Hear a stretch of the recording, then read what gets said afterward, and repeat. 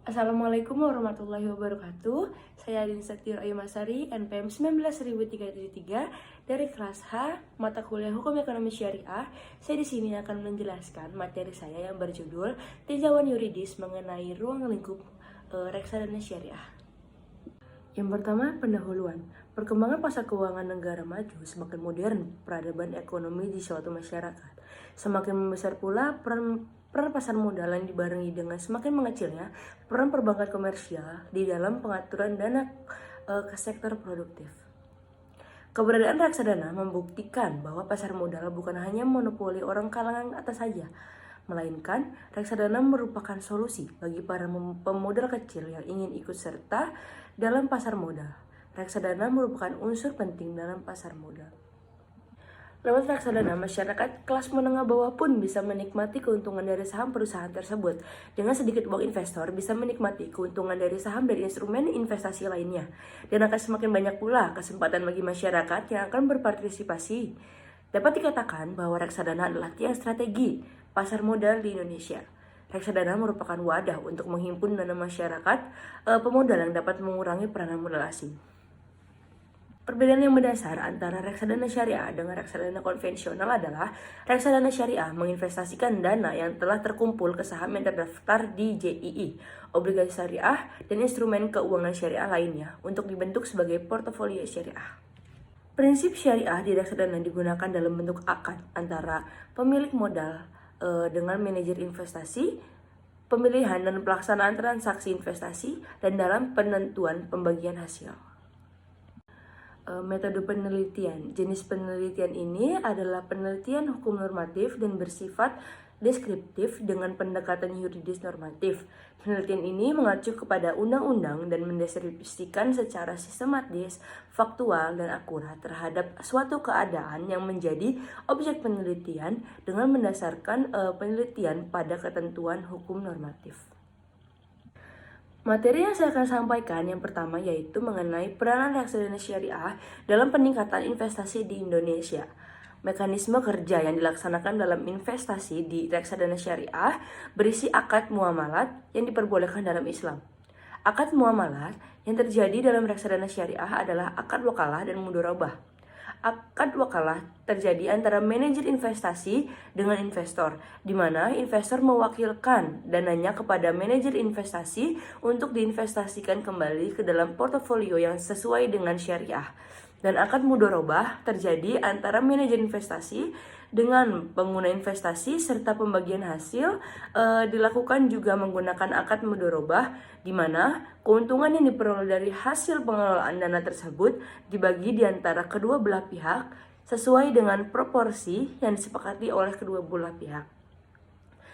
Eksistensi reksadana syariah di dalam kapasitasnya sebagai lembaga maka dapat dipersamakan dengan prinsip mudharabah. Selain itu, terkait dengan eksistensinya sebagai lembaga yang dipercaya, maka reksadana syariah juga dapat konsep al-waqiah. Selanjutnya, terdapat perbedaan antara reksadana syariah dengan konvensional. Secara teori, reksadana syariah dan konvensional tidak memiliki perbedaan dalam kinerjanya, baik dalam return yang dihasilkan dan lain-lain.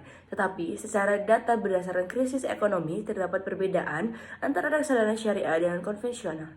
Yang pertama, perbedaan pada tujuan investasinya. Reksadana syariah tidak semata-mata memiliki return, tetapi memiliki socially responsible investment. Dan apabila pada reksadana konvensional memiliki return yang sangat tinggi. Lalu perbedaan pada operasionalnya. Pada reksadana syariah memiliki proses screening, namun pada reksadana konvensional sebaliknya tanpa adanya proses screening. Selanjutnya pada return, reksadana syariah memiliki proses cleansing filterisasi dari kegiatan haram. Sedangkan pada reksadana konvensional tidak memiliki proses filterisasi. Selanjutnya mengenai pengawasan reksadana syariah. Reksadana syariah juga memerlukan pengawasan dari Badan Pengawasan Pasar Modal atau BAPEPAM selaku institut yang memiliki otoritas di pasar modal. Pengawasan yang diberikan oleh BAPEPAM tersebut dilakukan dalam kerangka fungsi adjudikatornya. BAPEPAM dapat melakukan segala tindakan yang bersifat yudisial seperti mencabut izin usaha atau melarang pihak-pihak tertentu yang melakukan pelanggaran di bidang pasar modal untuk melakukan kegiatan usahanya. Selain pengawasan yang dilakukan oleh Bapepam, maka terhadap reksadana syariah juga memerlukan pengawasan dari lembaga yang memiliki pemahaman tentang kaidah-kaidah investasi syariah. Adapun lembaga pengawasan tersebut dikenal dengan nama Dewan Syariah Nasional. Pengawasan yang dilakukan oleh Dewan Syariah Nasional yang bersifat substantif dalam arti bahwa Dewan Syariah Nasional ini hanya mengawasi terhadap seluruh tindakan dan kegiatan yang dilakukan oleh reksadana syariah tersebut telah sesuai atau tidak bertentangan dengan nilai-nilai syariah atau sebaliknya. Hal ini dikarenakan bahwa reksadana syariah memiliki karakteristik khusus yang berbeda dengan reksadana konvensional. Oleh karena itu, pengawasan terhadap reksadana syariah dilakukan oleh dua instansi, yaitu Bapepam dan Dewan Nasional Syariah. Materi selanjutnya yaitu upaya perlindungan hukum terhadap investor. Sebagai upaya perlindungan terhadap investor dan memenuhi prinsip-prinsip keterbukaan, maka manajer investasi dan bank konstudian perlu diberlakukan pemeriksaan hukum yang menyangkut keabsahan dokumen-dokumen seperti anggaran dasar, izin usaha, dan perkara-perkara baik perdata maupun pidana yang dapat menyangkut manajer investasi dan bank konstudian.